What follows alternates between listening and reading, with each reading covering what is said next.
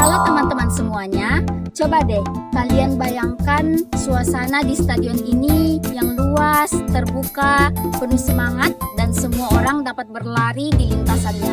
Nah, begitulah dunia pendidikan yang terbuka untuk semua tanpa membeda-bedakan siapapun. Tapi sayangnya tidak semua anak bisa merasakan hal yang sama. Masih banyak anak-anak berkebutuhan khusus atau ABK yang belum sepenuhnya mendapatkan kesempatan belajar agama seperti teman-teman lainnya. Padahal pendidikan agama Islam sangat penting sekali untuk membentuk karakter, akhlak, serta keimanan setiap anak termasuk mereka yang memiliki keterbatasan. Halo teman-teman semuanya, perkenalkan nama saya Adila Kamila dengan NIM 25111011045, program studi Pendidikan Agama Islam, Fakultas Tarbiyah dan Ilmu Keguruan Universitas Sultan Haji Muhammad Idris Samarinda. Pada kesempatan ini saya akan mengangkat tema tentang layanan anak berkebutuhan khusus dalam pembelajaran pendidikan agama Islam.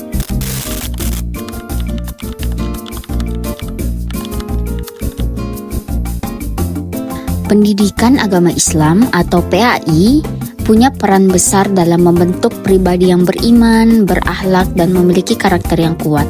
Tapi saat diterapkan pada anak berkebutuhan khusus, muncul banyak tantangan. Misalnya, masih sedikit guru pendidikan agama Islam yang punya kemampuan khusus untuk mengajar anak dengan gangguan pendengaran, penglihatan, atau intelektual.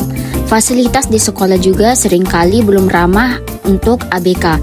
Bahkan ada juga stigma di masyarakat yang menganggap anak-anak ini tidak perlu belajar agama karena dianggap tidak mampu. Padahal Islam mengajarkan bahwa setiap manusia tanpa terkecuali punya hak untuk belajar dalam mengenal Tuhannya. Dalam Al-Quran, surah An-Nahl ayat 78, Allah berfirman bahwa manusia dilahirkan tanpa tahu apa-apa, lalu diberi pendengaran, penglihatan, dan hati agar bersyukur. Artinya, setiap anak punya potensi untuk belajar, hanya saja caranya perlu disesuaikan. Oke, dalam mengajar anak-anak berkebutuhan khusus, guru PAI tidak bisa menggunakan cara yang sama seperti di kelas pada umumnya. Mereka perlu strategi khusus yang lebih fleksibel dan personal. Salah satu yang paling penting adalah program pembelajaran individu atau yang biasa kita sebut dengan PPI. Di sini, guru menyusun rencana belajar yang sesuai dengan kemampuan setiap anak. Misalnya, anak tunarungu yang belajar doa-doa harian melalui bahasa isyarat dan gambar. Sementara anak tunagrahita yang belajar wudhu secara perlahan melalui praktik yang berulang. Selain itu, kurikulum Merdeka juga memberi ruang yang besar bagi guru untuk menyesuaikan materi. Contohnya, guru bisa mengganti kegiatan wudhu dengan simulasi memakai wadah kecil untuk anak tunadaksa yang sulit bergerak. Adapun strategi lain adalah pembelajaran praktik langsung seperti memperagakan gerakan sholat atau wudhu bersama. Anak-anak jadi merasakan langsung nilai-nilai agama melalui aktivitas yang nyata. Dan yang paling menyentuh, beberapa sekolah sekarang mulai menerapkan pembelajaran inklusif di mana anak-anak berkebutuhan khusus belajar bersama dengan anak reguler sehingga mereka bisa saling membantu dan bisa saling memahami. Nah, supaya layanan pendidikan agama Islam bagi anak berkebutuhan khusus berjalan dengan baik, ada beberapa hal yang harus diperhatikan. Adapun faktor pendukungnya antara lain kurikulum yang fleksibel dan disesuaikan dengan kondisi anak, kolaborasi antara guru, orang tua, dan sekolah, serta pemanfaatan teknologi seperti video animasi doa atau aplikasi interaktif yang ramah untuk anak berkebutuhan khusus. Tapi di sisi lain masih ada kendala besar. Banyak guru pendidikan agama Islam yang belum mendapatkan pelatihan tentang pendidikan inklusif. Selain itu, sekolah kekurangan alat bantu seperti media gambar, papan komunikasi, atau alat bantu ibadah. Dan seringkali stigma sosial masih sering muncul yang menganggap bahwa anak berkebutuhan khusus tidak perlu ikut kegiatan agama.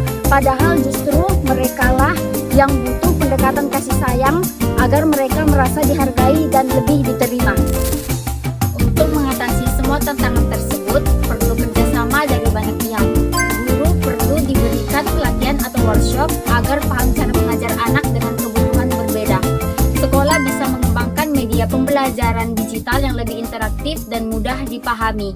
Pemerintah pun harus berperan dalam memperkuat regulasi dan menyediakan fasilitas untuk mendukung pendidikan inklusif.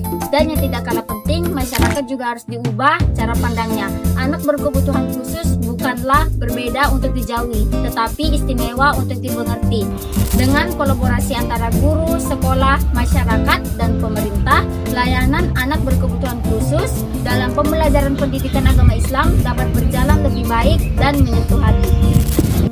Teman-teman, dari semua materi yang kita bahas hari ini, kita belajar satu hal penting, bahwa pendidikan agama Islam bukan hanya tentang teori dan hafalan, tetapi juga tentang kasih sayang, kesetaraan, dan keadilan. Anak berkebutuhan khusus juga berhak mengenal Allah, beribadah, dan merasakan indahnya iman. Guru PAI punya peran besar sebagai teladan dan pembimbing. Orang tua dan masyarakat harus ikut mendukung agar tidak ada lagi anak yang tertinggal dalam hal spiritual, karena pada dasarnya setiap anak adalah cahaya, hanya saja sinarnya berbeda-beda. Jadi, yuk kita jadikan dunia pendidikan ini seperti luasnya stadion ini, tempat di mana kita bisa berlari, bisa tumbuh, dan bisa belajar bersama. Teman-teman, itulah tadi materi yang bisa saya sampaikan. Mohon maaf atas segala perkataan saya yang